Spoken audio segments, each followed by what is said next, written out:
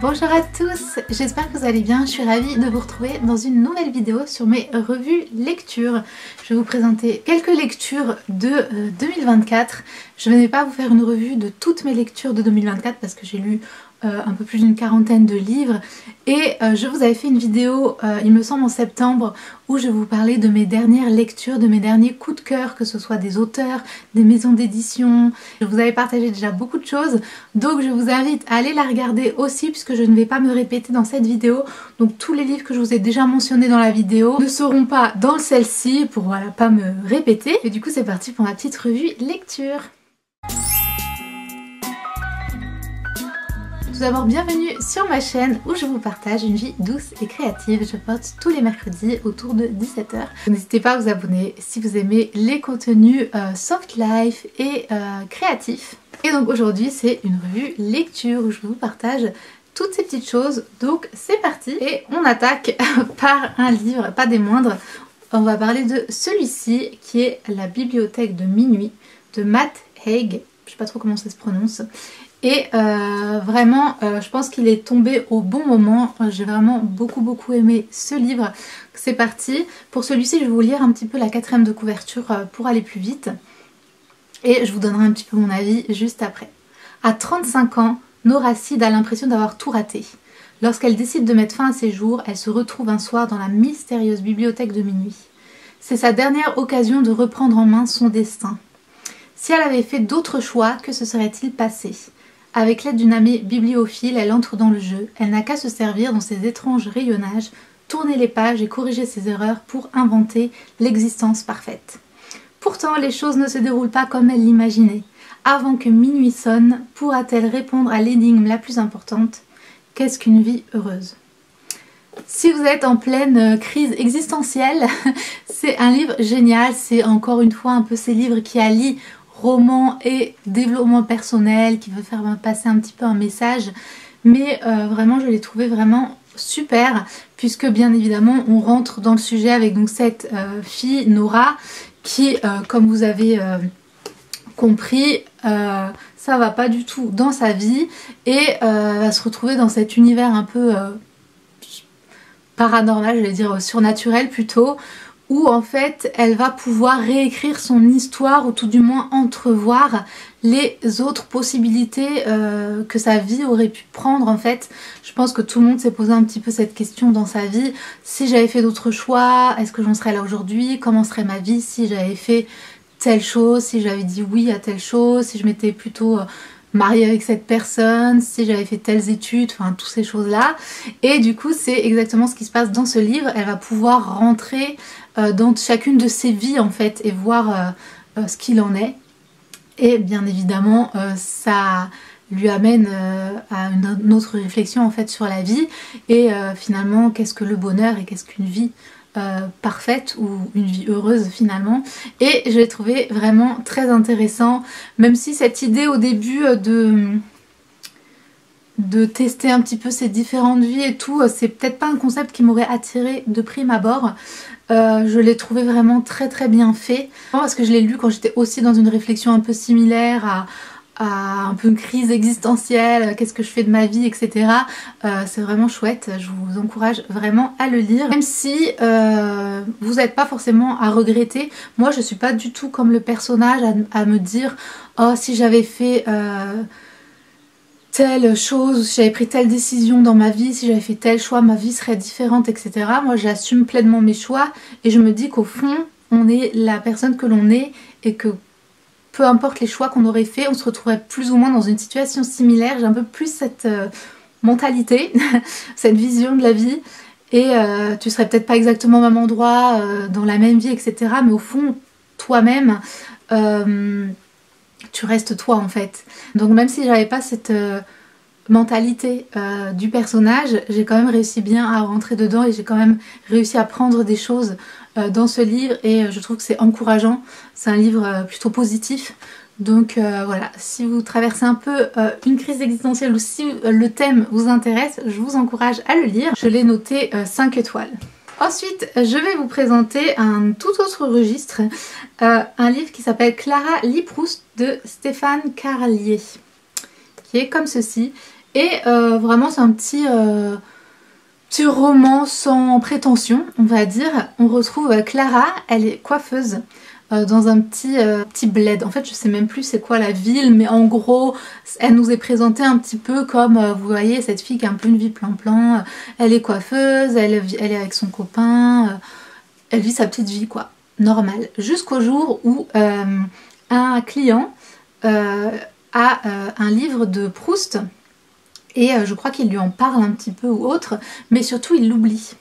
Et du coup elle va le mettre de côté pour si jamais il revient le récupérer, mais il revient jamais le récupérer. Et du coup elle va commencer à se mettre à lire le livre de Proust. Et du coup elle va plonger un petit peu dans cet univers. Donc Marcel Proust a écrit toute une série de livres, c'est La Recherche. Je crois qu'il y a 7 livres à peu près. Et c'est connu pour être assez dense. Marcel Proust il est énormément dans la description. Vous connaissez la Madeleine de Proust, puisque c'est vraiment ce côté très très descriptif qui rappelle des souvenirs, puisque c'est vraiment un peu le sujet de la recherche. Et du coup elle, petite coiffeuse etc., commence à plonger dans cet univers, à découvrir finalement cet univers de la littérature, mais vraiment c'est axé sur Marcel Proust et pas sur je pensais que ça allait nous amener vers la littérature de manière générale, puisque moi j'aime beaucoup la littérature de manière générale, et je m'étais un petit peu fait une idée du livre qui partait sur elle découvre ce livre et ça va lui faire découvrir tout cet univers de la littérature, va se mettre à lire énormément, à découvrir plein d'auteurs etc. Non, là on est vraiment axé sur la recherche et sur cet amour des mots, de la beauté des mots, du quotidien, de prendre le temps etc. Et c'est vraiment ça en fait ce qu'elle va découvrir. Et bien évidemment ça va engendrer des choses dans sa vie, je vais vous spoiler. Et ce qui est intéressant avec ce livre, c'est qu'il est écrit d'une manière assez originale, dans le sens où on a plein de tout petits chapitres, surtout au début. Je sais pas si vous allez voir, mais vous voyez là 3 pages, là on en a une, là on a un tout petit paragraphe,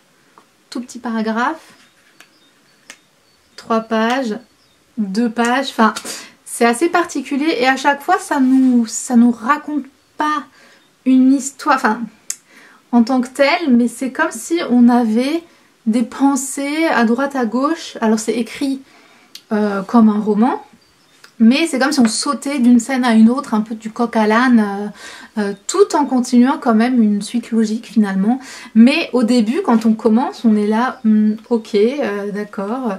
On nous présente le salon de coiffure, on nous présente telle dame, une scène, tel client qui vient, et ça qui se passe ça, comme des petits bouts par-ci par-là en fait. C'est assez particulier et c'est assez drôle comme sentiment en fait aussi de lire ça de cette manière. Et petit à petit on rentre du coup dans l'histoire, parce que du coup cette manière ça peut être un peu, on peut être un peu détaché. Et du coup ne pas trop s'attacher au personnage. Moi j'avais un peu du mal à m'attacher un peu à ce personnage de Clara. Et petit à petit on commence à rentrer dedans. Donc c'était sympa comme lecture vraiment. Moi ce que j'ai beaucoup aimé c'est de voir quelqu'un qui découvre et qui apprend à aimer la littérature, la lecture et du coup les changements que ça opère dans sa vie. Ça pouvait être peut-être un peu cliché par moment, mais j'ai quand même bien aimé, c'était un bon moment. Voilà, comme je dis, un livre un peu sans prétention. Alors j'ai dû bouger de place à cause du soleil qui s'est tout d'un coup levé. Je disais que j'allais vous parler donc de ce livre qui est Tant que le café est encore chaud de Toshikazu Kawaguchi. C'est un livre qui fait partie de ce que j'appelle les cosy japonais. Et si vous avez vu ma vidéo sur mes lectures que je vous ai posté en septembre, je vous ai parlé donc de ce coup de cœur de ces livres japonais très cosy et que j'allais vous en faire une revue du coup sur toutes ces lectures. Ça arrive prochainement, voilà, avec mon déménagement tout ça c'était un peu décalé, mais du coup je vous parle de celui-ci aujourd'hui. Bien sûr j'en ai eu beaucoup plus que ça, et si je vous en parle c'est parce que il est assez connu, je trouve qu'on en parle un petit peu partout, et si vous m'avez entendu parler donc de ces fameux cosy japonais et que c'est celui-ci que l'on vous a conseillé, je voulais donc vous apporter ma petite revue dessus, parce qu'en fait ce n'est pas mon préféré. Non pas que je ne l'ai pas aimé, mais je trouve qu'il y en a d'autres que je préfère beaucoup plus, mais je trouve que c'est un des plus connus, et du coup je voulais vous apporter ma revue dessus tout simplement. Donc c'est parti. Donc, dans ce livre on retrouve une histoire un petit peu surnaturelle, un peu particulière. Enfin, on a un café donc à Tokyo, et il est dit que dans ce café on peut remonter le temps si on commande un café à une certaine place, et que l'on remonte le temps, on peut à nouveau avoir une conversation avec la personne avec qui on était dans ce café, donc par le passé. Et voilà, il y a tout un tas de règles à respecter, c'est très particulier. Il faut surtout revenir avant que le café ne refroidisse, d'où le titre. Et en gros, voilà l'histoire. Ensuite, on va suivre du coup plein d'histoires différentes. On a l'histoire de fond, donc des personnes qui tiennent ce café, mais sinon chaque chapitre c'est une personne qui vient avec une problématique différente, qui vient se poser là, prendre son café pour avoir du coup la conversation avec XYZ, la personne, et on suit un petit peu des changements dans leur histoire. Donc c'est ça le concept, donc concept un peu particulier, puisque c'est fantastique, donc bon, on peut pas trop se retrouver, c'est pas comme si on avait l'occasion d'aller retourner dans le passé en prenant un café quelque part. Mais la mentalité qui se cache derrière, c'est de se dire finalement si on pouvait changer le passé, est-ce que notre présent, futur serait différent? C'est un peu cette idée, et donc les gens, ils règlent aussi leurs problèmes en faisant appel à voilà, ce café particulier. Pour voir finalement qu'est-ce qu'ils auraient pu faire différemment, s'ils avaient osé parler, osé dire des choses, est-ce que ça aurait changé les choses. Et d'un côté ça nous pousse du coup à agir quand on a envie d'agir, ne pas avoir de regrets, et d'un autre côté ça nous montre aussi que finalement est-ce que ça, il y a une grande différence finalement. Des fois on est bloqué dans la vie par un truc en ayant des énormes regrets par exemple, ou autre, en se disant oh, si j'avais fait telle chose ou autre, ma vie serait différente. Et je trouve que ce livre du coup il met un petit peu les choses en perspective. Ça me fait rappeler du coup un petit peu au premier livre que je vous ai partagé dans cette vidéo, Bibliothèque de minuit, même s'ils sont très différents, mais voilà, ils touchent un peu des sujets similaires. Donc voilà, j'aime bien cette idée de retrouver plein de petites histoires. Dans chaque chapitre vous suivez une autre histoire, mais c'est tellement un peu rapide que du coup on ne s'attache pas trop. En tout cas les histoires utilisées, ou utilisées c'est pas le bon mot, mais qui ont été racontées, je me suis pas vraiment attachée personnellement à ces histoires là. Contrairement à un livre qui a vraiment une trame similaire, qui a aussi, je crois que c'est la Bibliothèque des rêves secrets, qui a donc plein d'histoires comme ça. C'est un peu, voilà, totalement similaire, mais j'ai 10 fois plus aimé les histoires des personnes que ici. Pareil, le concept du café, j'ai mis un moment à rentrer dedans parce que vous avez d'autres éléments un peu surnaturels et j'ai jamais trop compris à quoi ça servait. Et les personnages, je les trouvais aussi un petit peu froids, les personnages du café. On apprend à les découvrir, etc. Mais je trouvais que c'est un petit peu dur à s'attacher à eux. Je les trouvais un peu froids. Et comme je vous disais, les histoires à l'intérieur, ça n'a pas été révolutionnaire quoi pour moi, avec des histoires attachantes ou des bonnes leçons de morale entre guillemets. Donc c'était sympa à la lecture, c'est un concept intéressant, etc. Mais voilà, sans plus quoi, c'était pas de tous les cosy japonais que j'ai lus, j'en ai lu pas mal, c'est celui qui est le plus bas. Donc franchement je le conseille de le lire, c'est chouette, mais j'en mettrai d'autres bien avant celui-ci. Et pourtant c'est apparemment celui qui est un des plus populaires, donc j'ai trouvé ça étonnant. Alors il y a quand même le 2 et j'ai le 2, donc je lirai quand même la suite. Mais du coup voilà pour ma petite revue de ce livre. Ensuite j'ai les 2 derniers livres que je vais vous présenter dans cette revue lecture. Ce sont 2 livres de David Fuenquinos. Un que j'ai lu en tout début d'année dernière quand il est sorti, et un que j'ai lu cet été. Et je suis désolée, je n'arrive pas du tout à voir comment est la lumière, j'ai l'impression que c'est très bizarre, mais comme je n'ai pas mes lunettes, et de toute façon même si je mets mes lunettes, je vois très très mal. Donc, si jamais le cadrage et la lumière est nul, je m'en excuse. Mais du coup c'est parti, on va commencer par celui-ci que j'ai lu du coup il y a presque un an, qui s'appelle La vie heureuse. Et j'ai l'impression de vous ressortir des livres avec des concepts bizarres dans cette vidéo. C'est peut-être le titre que j'aurais dû mettre. Mais c'est une histoire un peu étrange. Donc bon, ça fait un an, il faut que je me remette un petit peu les souvenirs. Donc excusez-moi si je me trompe un petit peu. En gros, on suit un personnage, c'est un homme, travail, marié, enfin si je dis pas de bêtises, une vie assez normale on va dire. Il va, par rapport au travail, aller en Corée, mais c'est pas tant le sujet. Et en fait les deux, mine de rien, ils ont une histoire un peu similaire. Je pense que c'est dans les deux... je pense que c'est les 2 livres de David Fuenquinos qui sont les plus proches. En histoire, il y en aurait peut-être un autre, mais que je n'ai pas lu, donc je ne sais pas. Mais en tout cas, vous allez voir que c'est un peu sur un chemin de vie à peu près similaire. Et du coup, j'espère que je ne vais pas mélanger les 2 histoires. Mais bon, c'est parti. Donc, dans ce livre, on suit un homme, il me semble qu'il s'appelle Eric. Je sais pas si je vais dire des bêtises, mais j'aurais dit dans la quarantaine, ou je sais plus, marié, une vie très normale. Et je crois que c'est par rapport à son travail, il est amené à aller en Corée avec sa collègue, etc. Donc bon bref, ils vont en Corée et en fait là-bas il va faire une expérience particulière. Encore une fois, un peu étrange. Et cette expérience, c'est une expérience qui permet d'assister, de créer son propre enterrement. Oui, oui, exactement. Donc, tout seul, hein, enfin vous pouvez inviter des gens, mais lui il y va en Corée comme ça. Et il est amené à faire cette expérience comme ça.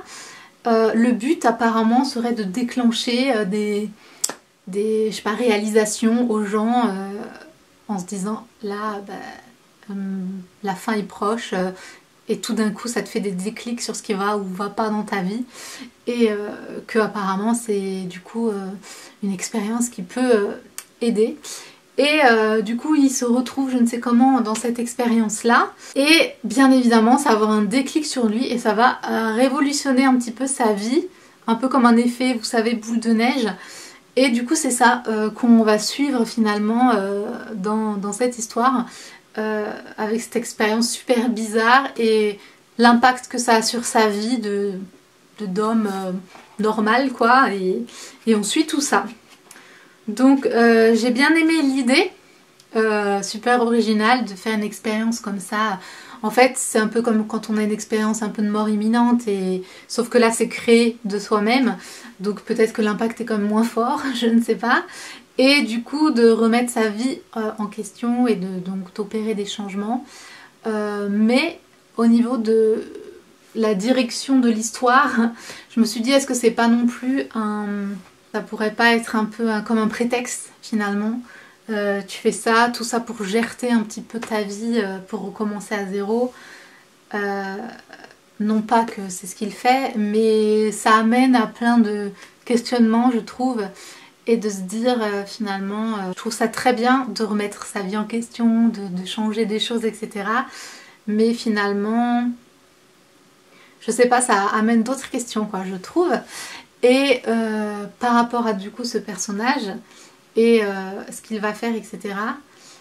Je trouvais intéressant. C'était pas non plus un coup de cœur, mais j'ai quand même vraiment bien aimé le concept on va dire. Voilà. Et le fait que ça se passe en Corée, enfin une petite partie en tout cas, et toutes les réflexions etc. de ce personnage. C'est intéressant, je dirais que j'ai moins accroché avec l'aspect romantique de l'histoire. Mais à part ça, l'idée était intéressante. Ce qui m'amène au dernier livre de cette revue, qui est celui-ci, donc même auteur, Je vais mieux. Et on retrouve une histoire à peu près similaire, mais cette fois j'ai, je pense, plus aimé. Mais je vous raconte tout de suite l'histoire. En fait, on retrouve pareil un homme, je dirais encore une fois une quarantaine d'années, mais en fait, je sais pas trop, j'ai peur de dire des bêtises. Marié avec 2 enfants, si je dis pas de bêtises. Travaille toujours dans la même boîte depuis longtemps, etc. etc. Bien dans sa vie. Un jour, comme ça, de nulle part, commence à avoir une douleur dans le dos. Donc ça part pas, au bout d'un moment, voilà, histoire normale, il commence à consulter, à droite à gauche, il trouve pas le problème, donc il se dit que ça va passer, mais en fait ça ne passe pas, etc. En fait, tout commence par l'histoire de cette douleur dans le dos. Et finalement, cette douleur dans son dos, ça va l'amener, encore une fois, un effet domino, à révolutionner, ou du moins se poser des questions sur toute sa vie. En fait, ça va comme le pousser un peu dans ses retranchements et il va y avoir des conséquences en fait dans différents domaines de sa vie, le travail, son couple, etc. Et finalement, il va se dire, j'ai un peu toujours bien fait, maintenant que là ça va pas, il y a tout qui s'écroule et finalement, qu'est-ce qui se passe quoi. Et ce qui m'a fait beaucoup rire dans cette... Enfin rire, je sais pas, rire à gorge déployée, mais ce que je trouvais drôle dans cette histoire, c'est... en fait on est dans la tête donc, de cet homme là, comment il s'appelle déjà? Pardonnez-moi, je l'ai lu cet été. Il dit donc je sais plus son nom. Donc on est dans sa tête quoi, et il me fait rire parce que c'est comme s'il subissait sa vie mais qui s'en rendait pas compte. En fait il est là, je fais ça, ah oui, on me fait des remarques et il est comme spectateur de sa vie et t'as envie de lui dire hey mais c'est ta vie, wouhou, réveille-toi. Il est comme ça, il est comme spectateur, comme si les choses lui arrivent et comme s'il se disait ah oui ça m'arrive, et comme si c'était pas vraiment lui. Voilà, je sais pas si je suis claire du tout, mais du coup à lire, je trouvais ça vraiment drôle, enfin, comme s'il était tellement extérieur à sa propre vie. Et bref, je trouvais ça marrant. Donc finalement, c'est vraiment l'impact de la douleur qui va avoir cet effet à finalement remettre toute sa vie entière en question. Mais il est vraiment sympa à lire parce que du coup, il y a vraiment ce côté... qu'on est dans sa tête et il est tellement un peu extérieur à ce qui lui arrive et en même temps un peu victime et en même temps il comprend pas en fait. C'est comme s'il était un peu lent à comprendre les choses et je trouve que du coup ça rend tout ça un petit peu drôle. Après, du coup j'ai vraiment bien aimé, j'ai aussi beaucoup aimé ce côté douleur. L'impact de la douleur dans la vie, puisque si vous me suivez personnellement, j'ai aussi des maladies chroniques et donc la douleur c'est quelque chose qui, voilà, ça fait du bien de le voir mis en avant dans des livres ou des choses comme ça, de voir que la douleur ça a vraiment un impact sur notre vie, et aussi de voir que par exemple dans ce livre c'est décrit un peu comme un déclencheur pour montrer d'autres choses et de changer un peu de perspective, ça peut être intéressant. Après, comme dans celui-ci, il y a ce questionnement, est-ce que vraiment, quand on a une petite crise existentielle, est-ce que la solution c'est de changer entièrement sa vie, de tout envoyer balader, remettre les choses, reprendre les choses à zéro, ou pas? C'est un petit peu la question, puisque donc tous ces livres c'était pas fait exprès, mais je crois que je vous ai fait une sélection de livres de crise existentielle, parce qu'en fait ils traitent tous plus ou moins ce sujet de manière assez différente pour tous. Donc finalement ça va peut-être être ça le thème, enfin le titre de cette vidéo. Comme je suis quelqu'un qui m'intéresse énormément à tout ce qui est psychologie, développement personnel, se poser des questions sur sa vie, etc. C'est vrai que je me tourne beaucoup vers ce genre de lecture, même donc dans les romans, etc. Et c'est vrai que là, quand j'ai sélectionné un petit peu à droite à gauche des des livres pour faire une vidéo pas trop longue. Je me suis pas rendu compte. Et du coup ça me fait vraiment bien rire que finalement ils sont tous axés sur ce sujet. Donc voilà, si c'est un sujet qui vous parle, bah, vous avez une petite recommandation, une petite sélection. Je dirais, si je devais choisir, probablement ces deux-là seraient mes préférés. Bon, celui-ci c'est un petit peu, ça commence un peu hard, un peu. Mais celui-là il a beaucoup d'humour. Donc ces deux-là sont vraiment chouettes. Si vous voulez vraiment ce côté un peu crise existentielle.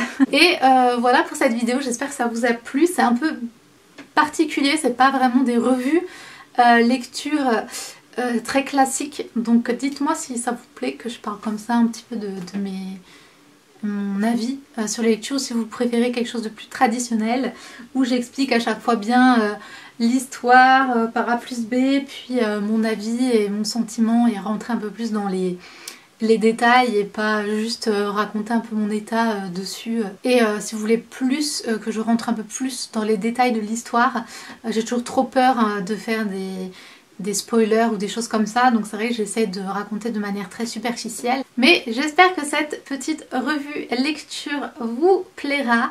Si c'est le cas, n'hésitez pas à liker et à me commenter. N'hésitez pas à me dire ce que vous lisez dans les commentaires. N'oubliez pas de vous abonner à la chaîne si ce n'est pas déjà fait. Je vous retrouve très bientôt dans une prochaine vidéo et je vous dis ciao!